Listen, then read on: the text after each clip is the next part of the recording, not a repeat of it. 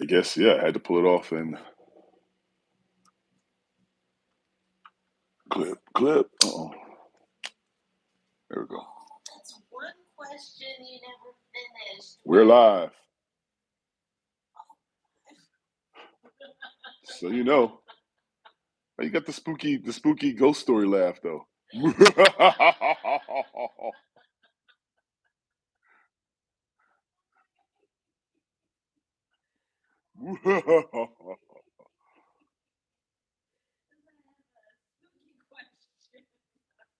Oh boy. Right on time then, huh? Yeah, we live. Let's do this. What's your question? All right, we're gonna ask some questions. Now you got the vibe. Let me see if my glasses work on this thing. The heart glasses. I want people to see how I walk around at night. They can see with the love. Oh, there we go. See the hearts? You can see the hearts in the thing. Oh, look at all the hearts of the flames. There's love all over that. Show people what I'm saying. How that look though. I can see. All right. Let's ask some questions. So, what was it like growing up in Miami? What was it like growing up in Miami? Like just your lifestyle. What were you like as a kid? Just start from the From the beginning, goddamn. I can't start from the beginning, but I'll just tell you and let it flow with flow. Growing up in Miami,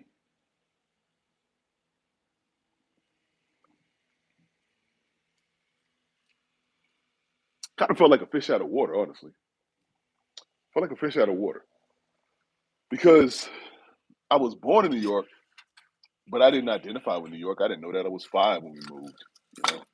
Child, baby, toddler, whatever. So I kind of knew, I guess, one way of life in a way. Not much. Again, I was only 5, but I don't know.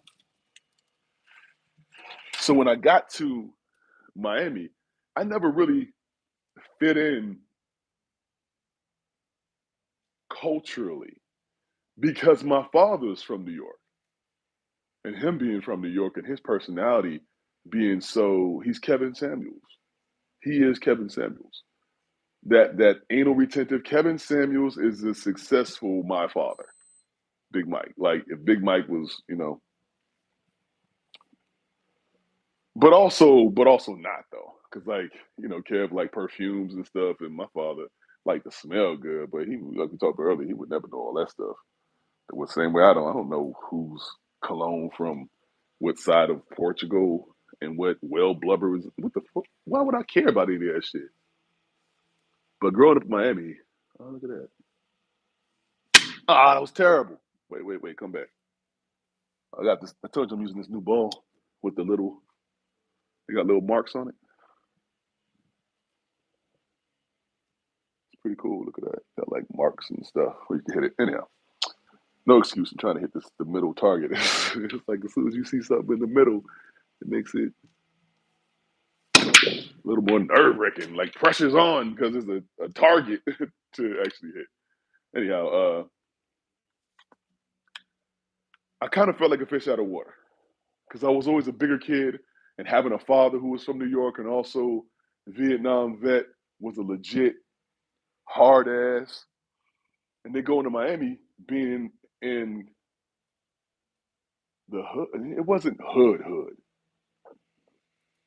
neighborhood, and a couple miles in either, not even a couple miles, 1 mile in either direction was the hood. Does that make sense? I don't know what you even call it. There should be a name for that. Like when you're not in the hood, but you in the hood. Like according to the zip code, you in the hood, but you kind of got 3 blocks to play with. You know what I mean? Just don't go outside. And for us, we had 1 block. There was a elementary school called Pine Lake Elementary School. So I went to. It was right like 2 blocks up the street from where I live. So we had that. And you really just didn't kind of really go past that. I mean, so yeah, I'm gonna give it 1 mile radius, 1 mile radius, 1 mile square radius, maybe two, before you end up in like Richmond Heights, end up in Colonial, not good side of Colonial, or P Rod on the other side, and you could die. You could die. So growing up in Miami always felt kind of like a little bit of disconnected to me because my father was very different from the world at large. My father was a New Yorker and a Marine, like a soldier. PTSD like crazy, of course, because he was in the NAM, And it was 1985 at this point when I was a kid. But as far as the things that I could actually remember when I got when I got older, when things started to really click, that I was in Miami and I was like different. I think I've always been bigger and stronger. Always. I've always been I could really run fast. I set the record in Miami for like for like vertical jump at the time. I forget what it was, 49 inches, something like that. And this is before, kids was doing steroids and the GMOs and everything, and kids are gigantic. Nah, this was just me naturally. I was born in New York, 10 pounds, 2 feet big. I was 10 pounds and 23 inches, yo. And it was Dr. Wadwa at Vassar Brothers in Poughkeepsie, New York. My mother never let me forget his name. Dr. Wadwa said I was going to be 6'7". He was wrong, 6'4". But I was always a big boy, naturally big boy, and natural born, lion. So growing up in Miami was a little different because while it was enjoyable, in 1992, no, when I was 8 years old, my parents divorced. My mother was having an affair apparently for like 5 years. My birth mother, and I mean, think about that. That means I was 3 years old. That means I was in New York. She was having an affair. Turns out, talking to my mother years later, she had told me, well, her intention was to move to New York, to move to Miami, and leave my father. That was her plan. She was going to leave with the kids and be like, look, I can't take New York. It's too cold. You stay here. Because my mother is significantly more intelligent than my father. Significantly. Like, not like, when I say significantly, I don't mean like, he's 40% intelligent and she's 100 or she's 10 times. No, I just mean like is a slight difference that is significant, like the weight of a penny versus the weight of a quarter, or the denominate, the denomination of a dollar bill versus the denomination of $100 bill. They may weigh the same on a scale, but they're significantly different. The value significantly different. So anyhow, her intellect was that way. It's significantly different. That while they might have the same mind and they could navigate the world in similar ways, she had a slight edge that was significant. It was slight, but it was significant, man. As far as how to win, how to be a practical woman in this world, and just to win. And my father didn't have that. He was like by the book, always trying to figure out how to get things right, without really honestly, without taking the risk. That was his thing. So anyhow, being in Miami and dealing with that kind of father, um, who had his own trauma, had his own challenges, wife was really trying to shake his ass, to be free and go live her own life without this tyrant. I mean, he was what you would expect coming from the NAM. You know what I mean? An old soldier coming from the NAM, a young kid. He enlisted when he was 16. He was a kid. So coming out, at whatever, 20 something, then immediately getting married, immediately having a family, some years later, third child, accidental son. He's like, oh, 7 years post or 6 years post Vietnam, 7 years post Vietnam. No, 7 years post his first child is when he like had his accidental son. That was me, my mother, you know. When you say So accidental son, Yeah, yeah, yeah. That's a whole nother story. But let me tell you about Miami. So growing up in Miami. It was kind of tough. It was tough. It was fun. It was exhilarating. It was always a sunny day. I used to love the fireflies at night, the pine trees. In 1992, Hurricane Andrew hit, and that changed everything. What was one of a few houses that lived getting hit by a nuclear bomb that was Hurricane Andrew. That shit was crazy. So things changed drastically when that happened, but it was beautiful, man. It really was. Always beautiful women. You know, always curves, always tropical people, beautiful women, everywhere. I thought it was the norm until I started going to other places as an adult and being, or until it wasn't until I went to college. I was like, why are these black chicks here so unattractive though? Yeah, I was in FAMU. And I was just like, that's how I felt. I was like, well, I feel like these black women here are different. One, they're much more unattractive than what I'm used to. And two, their attitudes are different. They're really bad. Their attitudes are really poor. I had to talk to my father about it. So, anyhow, and he was like, yeah, son, you're used to dating Caribbean women. And I was like, wait, what? Nah, I'm not. He's like, name one black American woman you've ever dated. I was like, well, there was, he's like, she was Haitian. There was, she's Jamaican. There was she was from the Cayman Islands. I was like, God damn, you right. Then what about he's like she was black and white, that don't count. When her mama's white and her dad is black, it don't count as a black American woman, totally different culture. I'm like, that's true. Mulatto. I don't even know if that's the word you can say anymore. Everybody's so goddamn sensitive these days. I don't know what you can say. That's why I stay in my little cave. I don't know what you can say. So it was nice. It was exotic. It was beautiful. It was it was an amazingly gifted childhood that I couldn't have appreciated being in it. I was in it. So yeah, Miami was beautiful. So tell me, because how did you get cast on the show? I know in Miami you were modeling and Uh, things like that, but how did you get cast into the show to lead up to that? why? That's what I was trying to do too. I didn't know if it was going to happen. I didn't want to announce it because in case I was wrong, I was not expecting to get the 5 and the 4, but I'll take that. So how did I get cast? How did I get cast on the show? How did you get cast in the show? Just the lead up to it? Lead up to it? Okay. How did that all evolve? Okay. So that happened. Um, I'm gonna skip past the part in Miami where I was being trained by Ed Arenas and he was my coach for acting and Bad Boys 2 and skipping past all that stuff and get into the part where I just land in LA because it's a lot. In summary, the way I got from Miami to LA is that I was doing the modeling. One of my boys, Murdoch Mercer, shout out to Murdoch, I don't know where he at in the world, but same birthday as me, March 10th. Pisces, yeah, it was crazy. That ain't God. Same birthday as me. It took him, so Murdoch, we met in Miami. I'm gonna summarize this. We met in Miami. We were modeling. I was one of the main models in Miami, and he was another model. He was another model.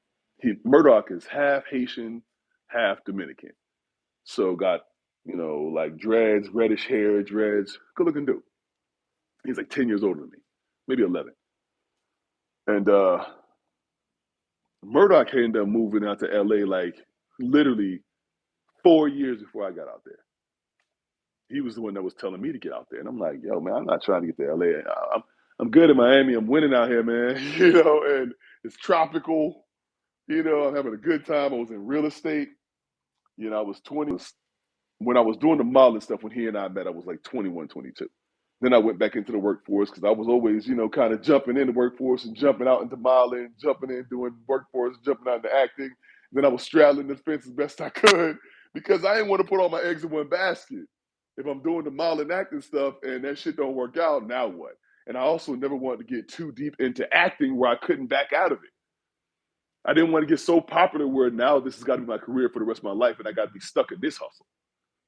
I didn't want to do that. How can Denzel get a normal ass job? How can, and forget Denzel, like some of the dudes who were on like The Wire, how could those guys be after so popular to getting such a great gig, it kind of ends up being a double-edged sword. You can't then leave and go get a normal ass job if you decide that's just not working out. You got to be an actor now, which means you got to go through all the struggle bus. You got all the struggle bus stuff. When you hot, you hot. When you not, you just go. You gonna get a quick little 9 to 5, a little gig. Who's gonna hire you, dude? They're like, oh, ain't you dude from so and so? You're supposed to be a millionaire, and you're not. That LA don't work that way. So anyhow, Murdoch got out there. He was for 4 years. Murdoch was like, yo, Ezra, you got to come out here. Rob, come out here. Come out here. Rob, come. And I'm like, man, and Murdoch was my guy, but Murdoch wasn't the sharpest tool in the shed type of dude.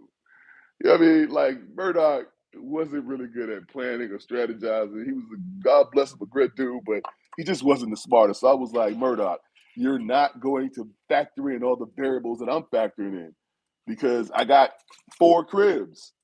I was 24 at the time, 20, 23, 24, 25. Man, I had 4 or 5 homes or something like that. I was in real estate and I was in IT at the time. I was working for Stryker medical device company. They had, I to this day, I don't even know what that was about, but they hired me to be a field engineer where I had to, I was traveling all over the country installing uh, medical devices at orthopedic offices. And then I had to train the technicians, the techs, the nurses, nursing staff, and the doctors on how to use the software. And that's what I was doing. So I was like, Murdoch, you not. And then I had my cribs, had my caddy. I had my caddy CTS. I was living life, man. I got the mileage stuff out the way. I was like, man, you're not about to have me stuck over here in some Hollywood shit.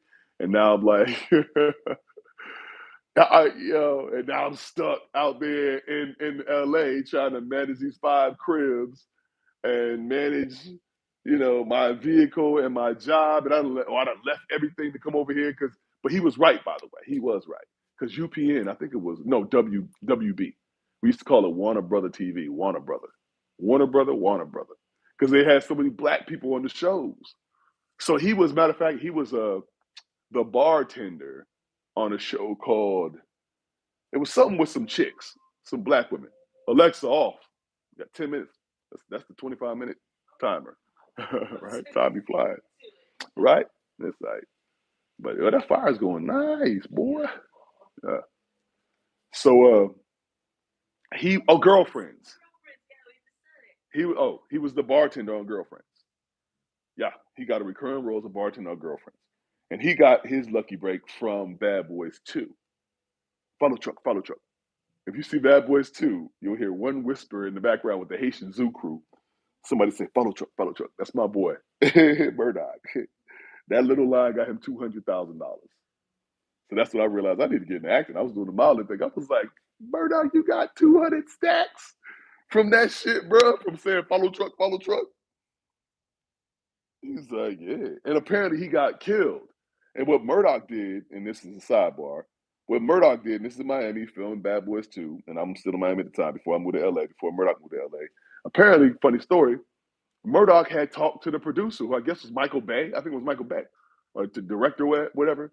He got killed off. He went and talked to Michael. He's like, man, just being on some just genuinely, he's a broke guy shit. You know what I'm saying? And wanted to continue working on production. He's like, man, I don't really want to die, man.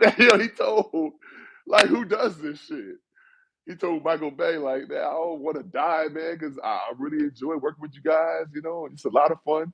So Michael Bay, I might be wrong saying Michael Bay, whoever the director is. Let me just say, so the director or producer, whoever that uh, was like, you know what, it's cool. Yeah, we'll write you back in.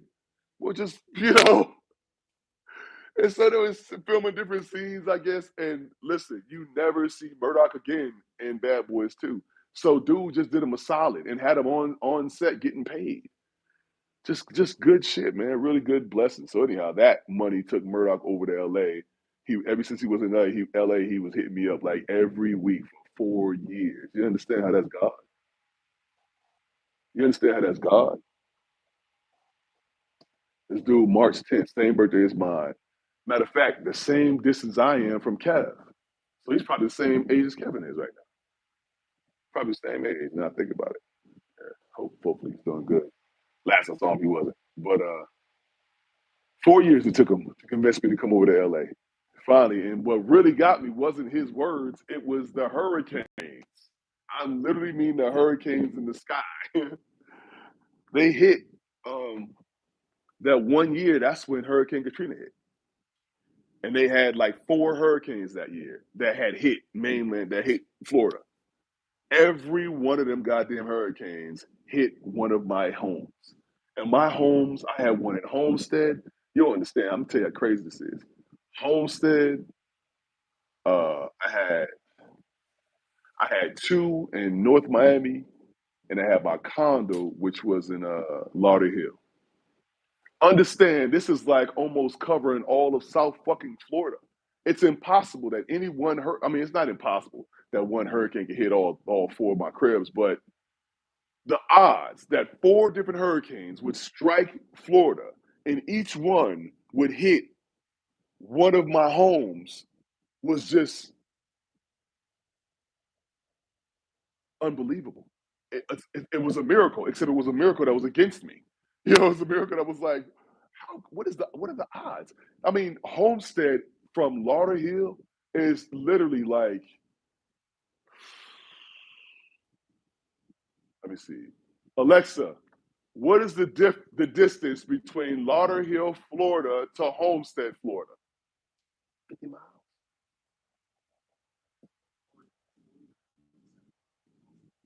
49.7 miles. 50 miles difference. So for a hurricane to hit something that's 50 miles away, then another one comes, hits my crib that's like 20 miles away.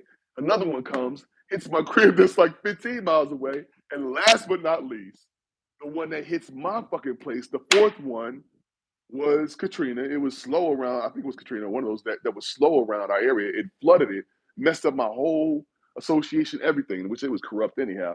When that happened, I was like, fuck it. I feel like God is telling me to get the hell up out of Florida. And it was the fourth year that Murdoch was there in LA. So I told Murdoch I'm gonna come visit him. So I came down to LA to visit him for like 2 weeks. I'm gonna just dip a toe in and see what it looks like, right? I wasn't really ready. And this is probably like March of 2025 or 2015, right? Yeah, what year are we in now? Yeah, 2015. So I've been 25. Wait, nah, hell no, that's 35. So it'd have been 2005. Well, okay, there we go, way back. Okay, yeah, that makes sense. 2005. It'd have been like March of 2005 when I went to visit him. So I went there with this place. Murdoch was a pig. He lived like a homeless man. I saw like spaghetti dried up on the wall. I was like, Doc, what? Why do you have spaghetti dried up on the wall, bruh? What? How did that happen? How did it even fucking get up there? And he's like, Ryan, ain't gonna lie, man. I'm a mess. I'm a pig, man. I need a woman because I'm just messy. I'm a slob. I couldn't find one spot in his entire place that was that was clean. The only place that I saw, I dug in his closet. I found some dusty sheet. I took that. I put it over the corner of like the couch, and that's where I sat for like 2 weeks. I sat and slept. Now, remember, I'm 25. You know, I sat and slept like this, like sitting straight up. This motherfucker's a mess. This dude is a pig. This shit crazy. I wasn't touching nothing in there, man. Spaghetti on the walls. And Doc love Asian women. He's like, it's the best Asian women out here. Creme de la creme. I was like, Doc. I mean, we be stalking around Koreatown in his beat up Jaguar. I was like, why are we here in Koreatown? They don't even speak English. He's like, nah, Rob, think about it, man. They don't even speak English. He's like, sometimes Doc used to told me he'd be on the train. He'd go to the train, catch the train to LAX, just to be waiting for these Asian women to get on the train. And then he'll sit down and next to him and be like, all right, I don't speak English. Oh, that's okay. I can teach you. he was literally like stalking for Asian women coming right off the flight who looked lost at LAX to help him out to get on the train. That was his game. You know, he wasn't a predator, but you know what I'm saying? But he was definitely like a predator.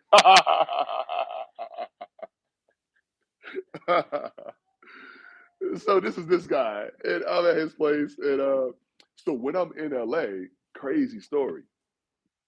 So when I'm in at his place, I'm like, well, Doc, I don't know if the stuff still exists now, but it was like LA Casting, and that's online where you submit to jobs from LA Casting. It's an online thing. You submit the jobs, send your headshot, and if the producer or director likes your headshot, then they'll call you and say, "Yo, we like your headshot. You know, we want to book you on this thing." Okay. So the hardest thing to get at the time was a SAG voucher. I assume it's probably ridiculously hard now because ain't nothing filming and it's lockdowns and all everything else. But SAG, which is the Screen Actors Guild, is always hard to get. In order to get into the invited into the union, you got to book 3 jobs. Like some director has to see you as a non-union talent and say, "I like this person so much that I want to hire them as a SAG actor," but they're not a SAG actor. But I like them so much that I don't even I like them more than the entire pool of SAG actors, thousands of them. So you understand, I understand now how big a deal it is. I didn't understand then that enter Murdoch. So anyhow, I'm in at his place.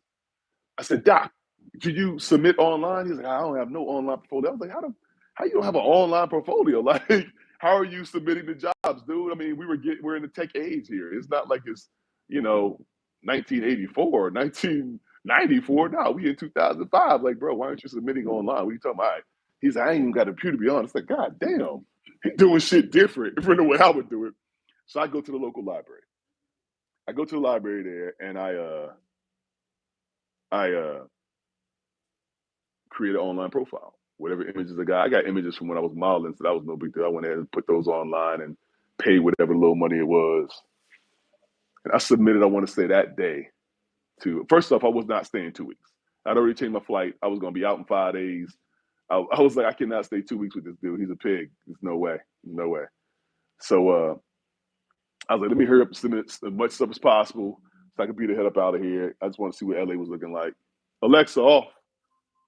Alexa, set alarm for 10 minutes. Not bad enough. Alexa, set alarm for 25 minutes. There we go. Did you just say 45 or 25? Okay. Okay. So I submitted a few things, and I got a kind of I didn't get a real lay of the land from being there in North Hollywood where he was staying at in his little rinky-dink apartment in Pigsty. I didn't get a real feel for LA. I was in North Hollywood, in fact, Sepulveda. In fact, oh, that's funny. I didn't think about that until now, but where he lived was actually up the street from the last place that I stayed when I was in LA before I left. So, ironically, or not ironically, the same way I began my journey in LA is in the same location where I began my journey in LA is where I left. It's interesting. I didn't think about that until now, but he was up in the hood of north of Van Nuys. It's called Van Nuys, VAN, 2 words. Damn mosquito. That bitch is like a bat. You saw that bat flying by? There's one bat in here that's been. He ain't got no blood from me. She ain't got no blood from me because I'm not itching nowhere. But I've been looking at that bat for 2 days now. No, I didn't. I didn't get it. Nah, but I will. So I leave. I'm there for a few days. I didn't get a feel of Van Nuys. I submitted online, and I leave. So it's March. Like, March? Yeah, yeah. So like 4 or 5 months later, I submitted to maybe 10, 20 things, 20 max online. It couldn't have been 20. I get a call 4 or 5 months later. I'm in Miami now. I go back to Miami because I stayed at his place for like 5 days. I was like, thank God, this thing's a pig. This is crazy that he's this much of a pig. I ain't never in my life. So I get back to my place, get back to my condo, in Miami. I had a nice, pretty decent 2 bedroom, 2 bath condo at the time. And again, the hurricanes, and then the hurricanes started hitting that year.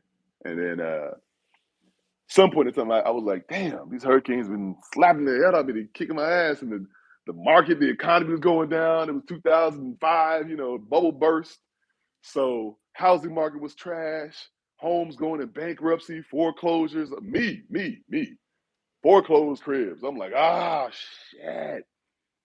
I couldn't rent out the damn properties because Section 8 tenants was renting out damn little baby mansions for $1,000 because people was feeling like, yo, some money's better than no money.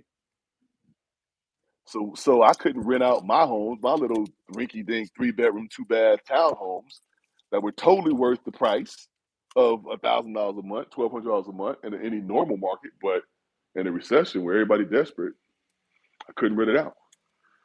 So I was like, all right, it feel like after all these hurricanes hitting, there's a whole recession. It's like it took a perfect storm of events to get me out of Miami, to get me out of my comfort zone. A perfect storm of events. It's like Obama getting elected. You know what I'm saying? Like it took a perfect storm of events to get Obama elected. There had to be a whole recession.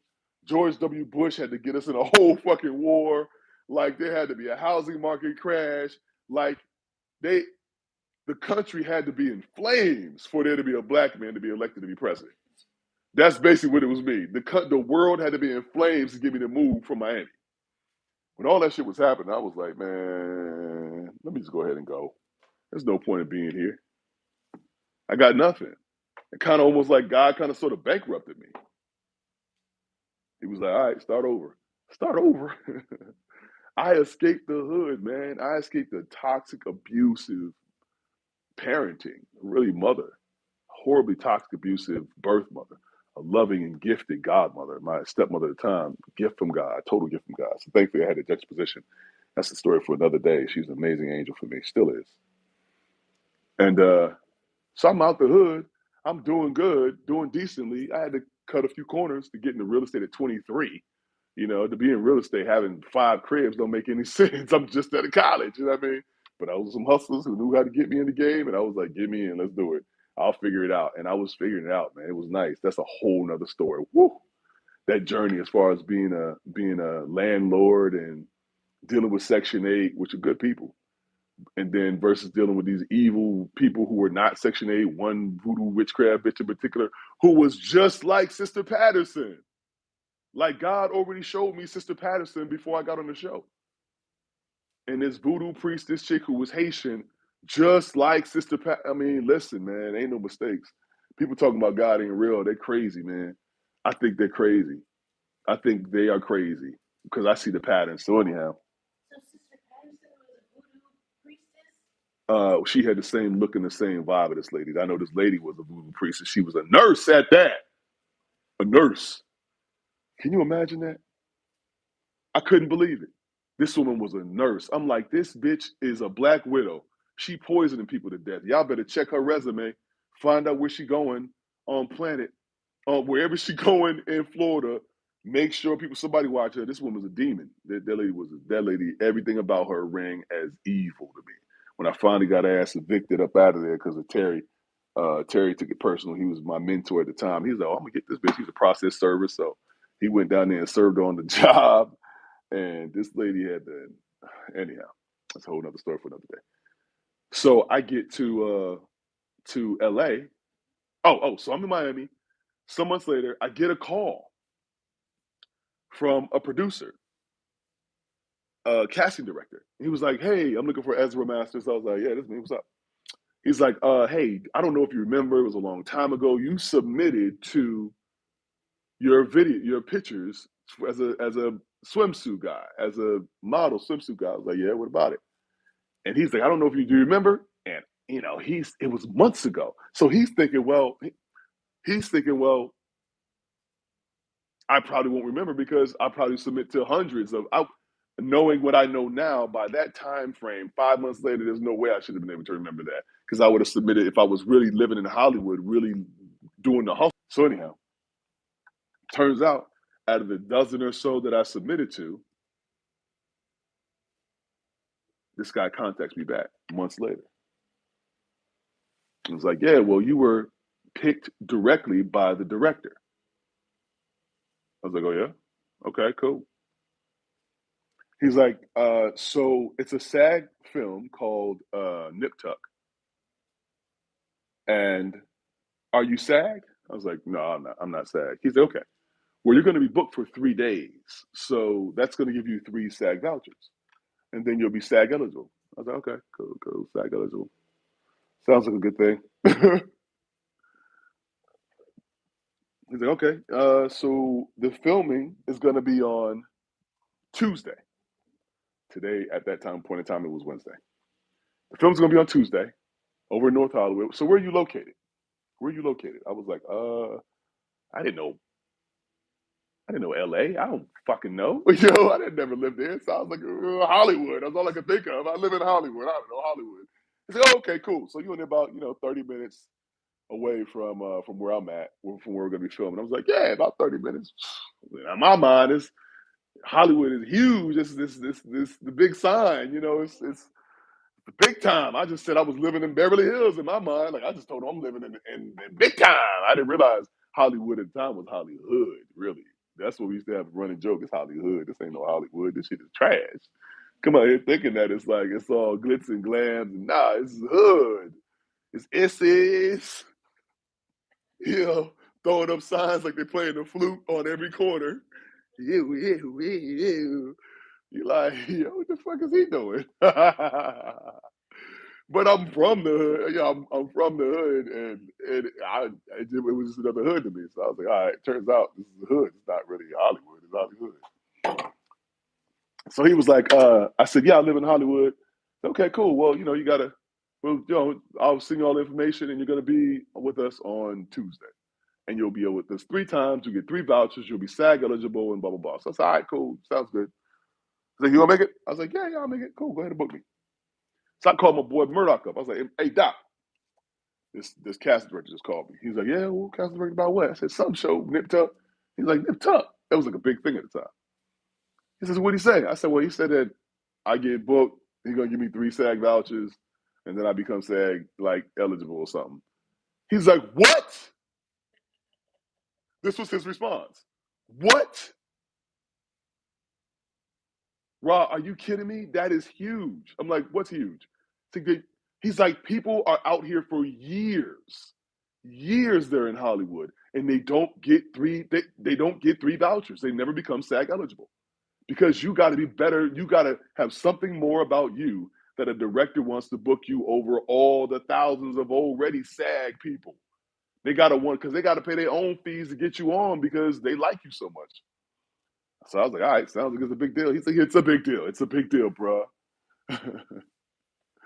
So I said, all right, I'm a, I guess all signs pointed to time to move, time to leave. You got hurricanes popping, your cribs, you damn near going bankrupt, you know, homes in foreclosure, you can't rent out any crib. What's the point of stressing about anything, man? The world's on fire right now. You got one open ass door. I mean, when I say open, when they say God opened doors, He opened doors. Like it ain't your size little door. It looks like a whole valley for us because we're just humans and He's God, right? It's God. So anyhow, I come. I'm driving that night. I pack up everything, and I had just rented out a room. It's a whole nother story. I rented out a room, my second room, to this dude. I forget his name, and I was like, "Yo, you're renting out the master bedroom. I'll be visiting on occasion. You just get the master bedroom. Don't extend beyond the master bedroom." Well, I was never gonna be there. I ain't tell him that, but I was never gonna be there, and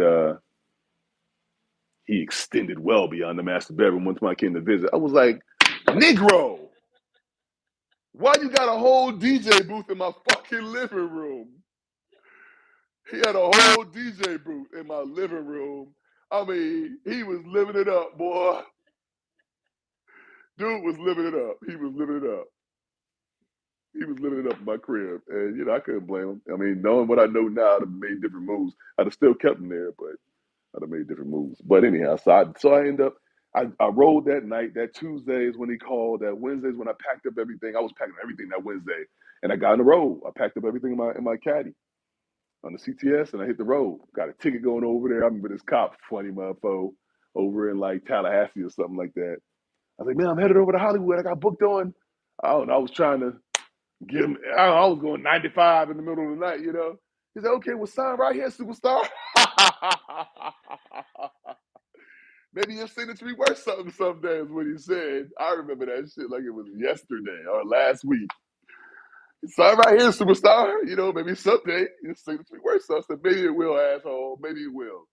I kept driving. Fuck out of here. And I got to. It took me about 2 days, 3 days, 3 days. I think it took me three. I was just driving, and that's when I realized I like driving at night because the focus. I was like, oh, this is nice. You always try to avoid driving at night because you can't see what's around you. But I think I actually like it. And I do. I still do this day. And so I drove straight. It was like the adrenaline had me next to no sleep. I don't know how much. I got barely any sleep. Barely any sleep had it over there. It was fun, man. And I get there, I had and while I was there, I was pulling over my laptop at different restaurants or whatever to get signal or some shit, whatever it was, trying to find a place to stay because I had no place to stay. I finally found some place in Hollywood. Crazy. In Hollywood, next to Gower Studios, which was a terrible spot. It was $900 a month.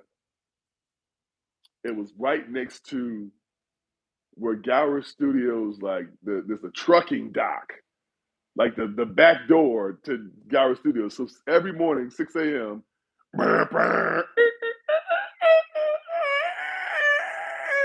the brakes of the trucks, the horns from the trucks, the hydraulics from the trucks every morning, 6 a.m., which was fine by me. I mean, it sucked. I was just thinking it probably sucked for other people more so than for me because I'm an early riser. I've always been an early riser. I was like, damn, I'm up at 5:30. And I'm like, God damn, these niggas the trucks. You ain't got no choices. Like God said, get your ass up. You ain't got no time to sleep. You got no choice. That's how I missed it. You got no choice. And I was like, damn, all right. So yeah, I got that place in Hollywood, did the whole thing, nipped up for several days, got the SAG voucher, joined SAG. 6 months later, I was on I Love New York. And even that casting was interesting. That casting happened because I went for a casting for America's Smartest Model. I remember. I was like, apparently the buzz got out about this new guy, me, who apparently was me, the new guy in LA who was attractive, and I got voted into some things. I don't know. As like one of the more attractive newcomers in LA, which I didn't even know that was a thing until some chick hit me up who was apparently like somebody and said, "Oh, congratulations on your nomination and win." I was like, "Nomination and win for what you talking about? And who is this? Who is this?"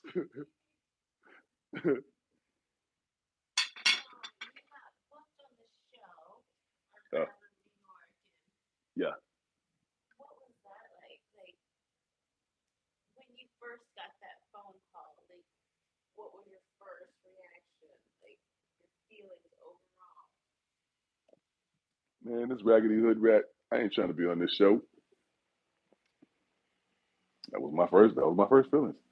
I was like, this chick is a hood rat on me. I ain't even know it like that.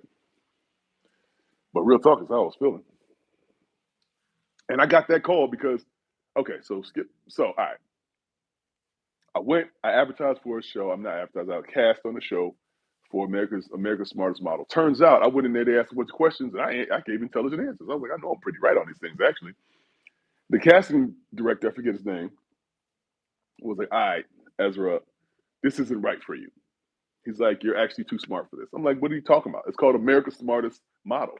He's like, yeah, but it's not for smart people for real, for real. We're just making fun of models. And I was like, oh, of course, it's VH1. Okay, got you.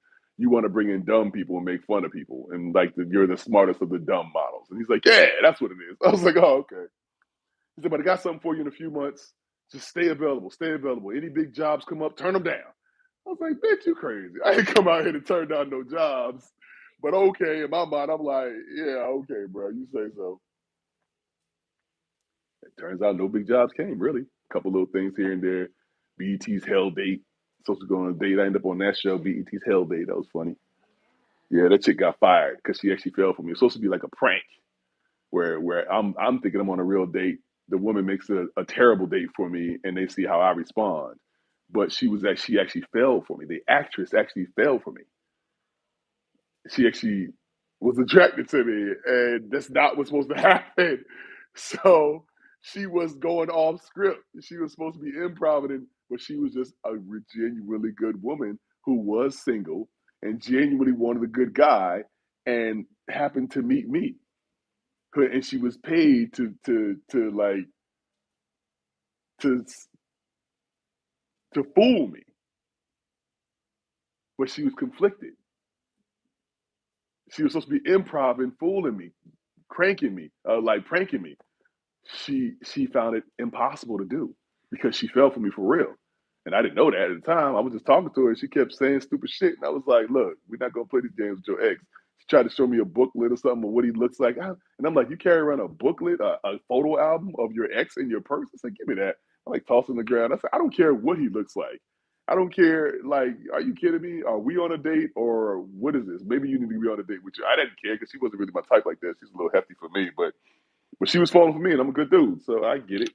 But she wouldn't have saw me again anyhow, after that night. So I hadn't done any major things in LA by the time the I Love New York thing came up. And then the producer hit me up and said, hey, remember that thing I told you about? Did not get booked on it. Did you get any bookings, anything major coming up? I was like, nah, I did a couple model things, nothing big. He's like, well, it's I Love New York too. And I was like, okay. He's like, Tiffany Pollard. I was like, New York, what are we talking about now? He's like, she's on Flavor Flav. I never watched the shit. I didn't care. I saw it a couple times. I was like, this is a hood rat. That's crazy that anybody would date this woman. And that was my opinion at the time. You know what I mean? I think differently now. Then I had to think back. I was like, oh, okay, I do remember you talking about. Yeah, the little skinny one with the funny body and the big, like, kind of look like Muppet. And he's like, yeah. He's like, yeah. That's literally what he said. I was like, kind of like, but he said, yeah, that one. I was like, oh, okay.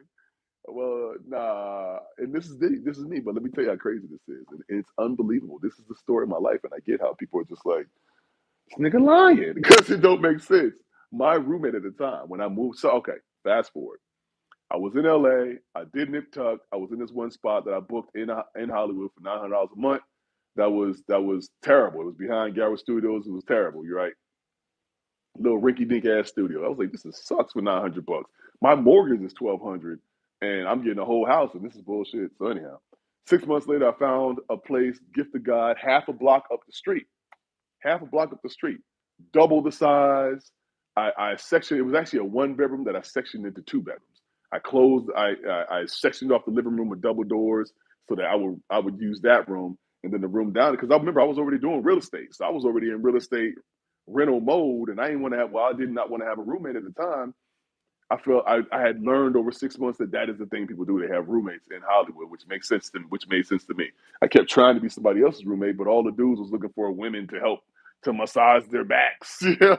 Who wants to be a roommate? I mean, you can just. I'm just looking for occasional back massages for $300 a month. I was like, these dudes, these some lame ass betas who looking for some easy, low hanging vagina. So let me go ahead and get my own place. I got the credit on fine. So I got my own place and I sectioned it off and I rented out the room to one person at first, which is a whole nother story for another day. But I rented this room out to who is a celebrity, a B list, I guess, celebrity now, Jamie Chung. Jamie Chung was my first housemate, my first roommate ever. I rented out to her, rented the room out to her. Jamie was cute. It was cute. I was about that business though.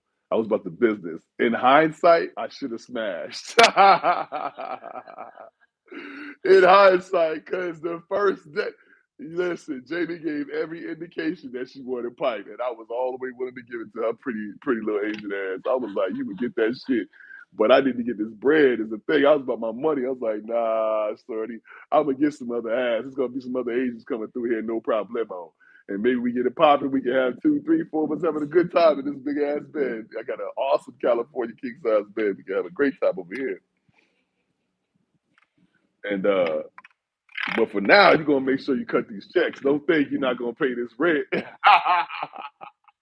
just cause you're giving us some Asian butt cheeks, which is nice. Don't get me wrong, it's amazing, But nah, I'm about this bread first. So we never did anything. We never did like nothing. Stupid of me.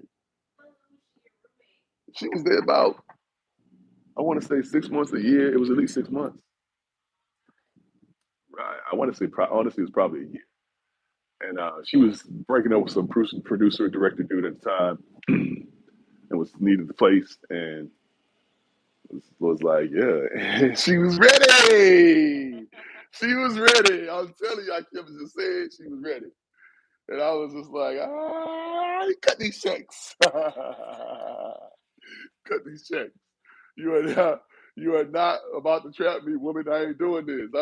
I'll be in plenty of vaginas, I'm sure. You are not about to trap me with yours and cut these checks. I should have smashed. I should have smashed. Yeah, in hindsight, I could have, but that old saying, like you never want to, shit where you sleep. It's that, and I had like street rules, hustler rules, like certain shit you just don't do, dog. You know it's gonna backfire. Like I don't like the odds on this. She lives here, bro. Like you can't just tiptoe another chick into your room if she lives here. You done smashed, bro. That's just not a good, you know. Anyhow, so Jamie's the one that convinced me to get on the show. That's why I say that. And check how crazy this is again. Can't tell me God ain't real, man. You can't tell me God ain't real. People be like, it's bullshit. It's all coincidence. I'm like, bitch, if you see how crazy my life is, and you tell me that's coincidence from the people that have been in my life that encouraged me, who I didn't even know, I was oblivious. I was oblivious to SAG. I was oblivious to acting. I was oblivious to that. I grew up in the perfect place at the perfect time. I was oblivious to ethnicity models, that Lashana was the shit, and that every Jay Z. I shot with Jay Z. I shot with R. Kelly. I shot with at the time Method Man, Redman, Cisco, all of the female rappers like Beyonce. I had already met everybody from acting and modeling, doing music videos. 3 6 Mafia, right there in Miami. I was living an amazing life as a model. I mean, as a like urban model. I could never see it. It was crazy. It's crazy I was like that. Alexa, off. We're still talking. It's been like an hour. We're gonna wrap up something. We're gonna wrap up something and talk another day. But Alexa, off. Yeah. She's still going? Alexa, off. Turn off the alarm.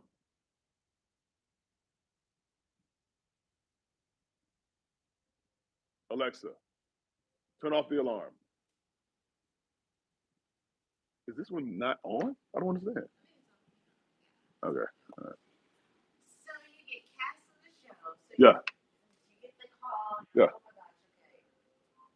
Oh my gosh, okay. Alexa, turn off the alarm. What's going on? All right, hold on. Let me go turn this thing off. I don't know what's going on. Is that upstairs? I think it's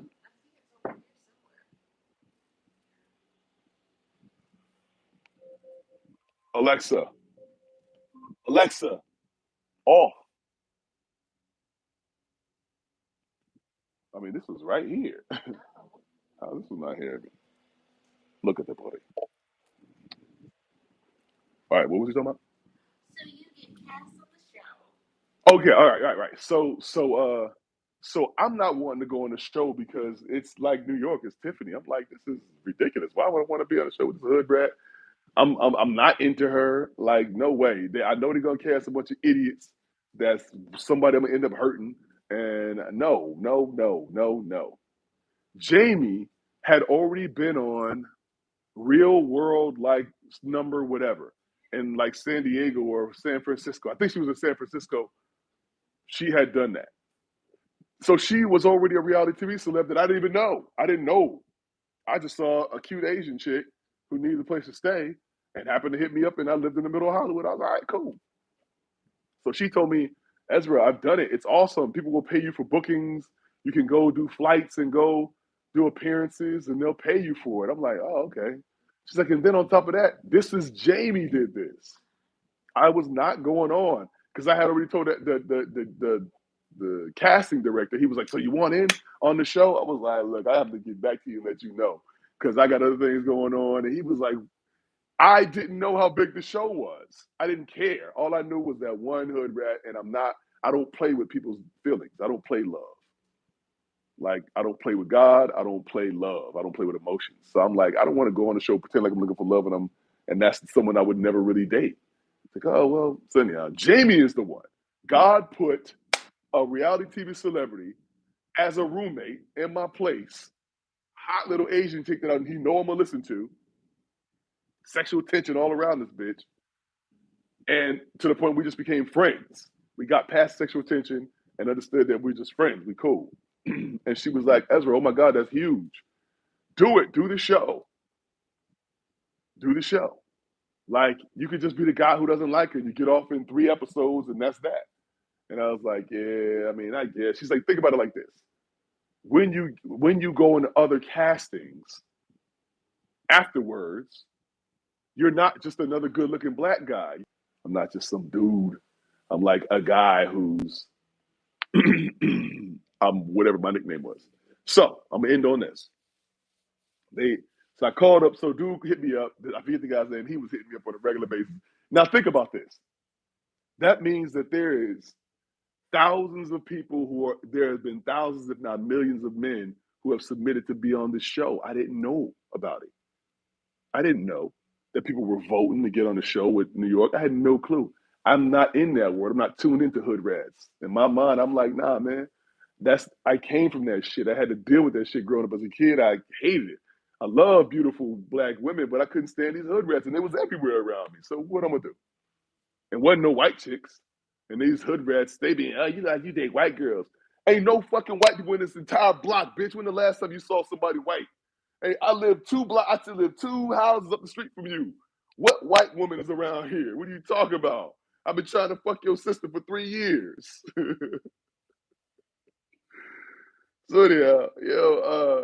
So yeah, I couldn't stand hood rats, man. I was like, in my mind, I saw a hood rat. Jamie convinced me. Jamie Chung convinced me. She did.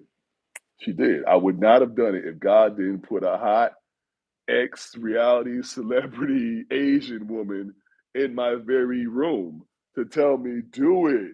Be that guy. Just fine. You could be on 3 episodes and be out. I was like, all right. I packed up enough. I packed up one little bag. I was like, I'm gonna be out in 4 days. My boy had already said he was sure. I told you within 2 weeks. He was like, within 14 days, you're gonna whoop somebody's ass, bro. I don't give you 2 weeks. He's like, you the realest Negro I know. I cannot imagine they're gonna put some bunch of fake news around you. I can't see any scenario where you don't hurt somebody. I'm like, I can do it. I can do it. I think I made it 17 days only because I wanted to pass the 14-day mark that my boy told me I wouldn't make. Had he not said that, I feel like that too was God.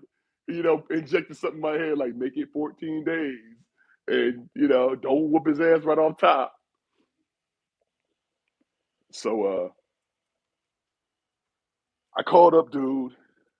Uh, I called up the guy, or the guy called me up at some point in time. He was ringing me crazy. He's like, so Ezra, what do you think? You want to do it? You gonna do it? Tell me yes. Tell me yes. Tell me yes. And I was like, all right, man, I'm gonna do it. I'm gonna go ahead and do it. I'm gonna pretend I like this chick for a little bit. She's gonna see right through me and kick me off. What's your nickname gonna be? Nickname. Yeah, you gotta come up with a nickname. Or she gonna come up with one. I'm like, I'm looking around. I don't want to get my real nickname. I don't want to be like, yo, hit Raw, because I don't want a bunch of people around the world calling me Raw. Then I gotta, and people thinking they know me. I don't know me. All right, so on that show Hell Date that I told you about earlier, was it Hell Date? Yeah, it was Hell Date because I had did a couple at the time.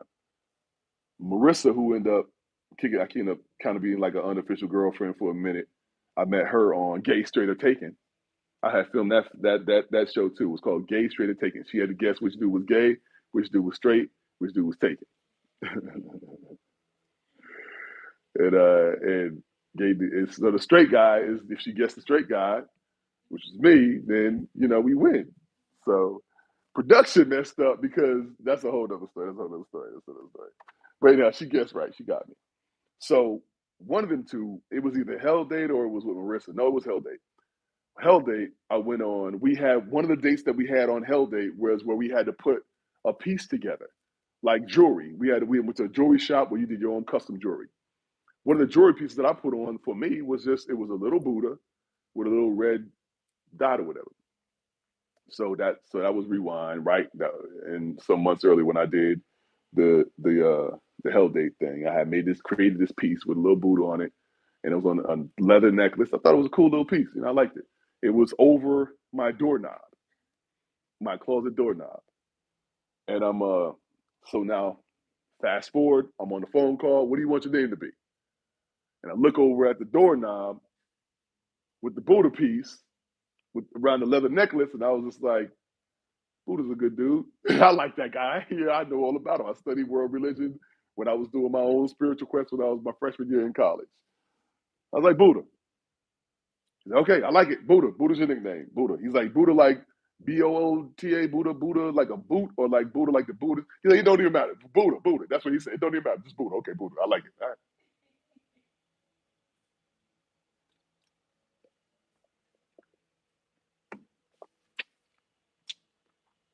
Things move fast after that. That's where Buddha came from. And I'm in Hollywood. Now I'm in the midst of it. We'll talk more some other time, man.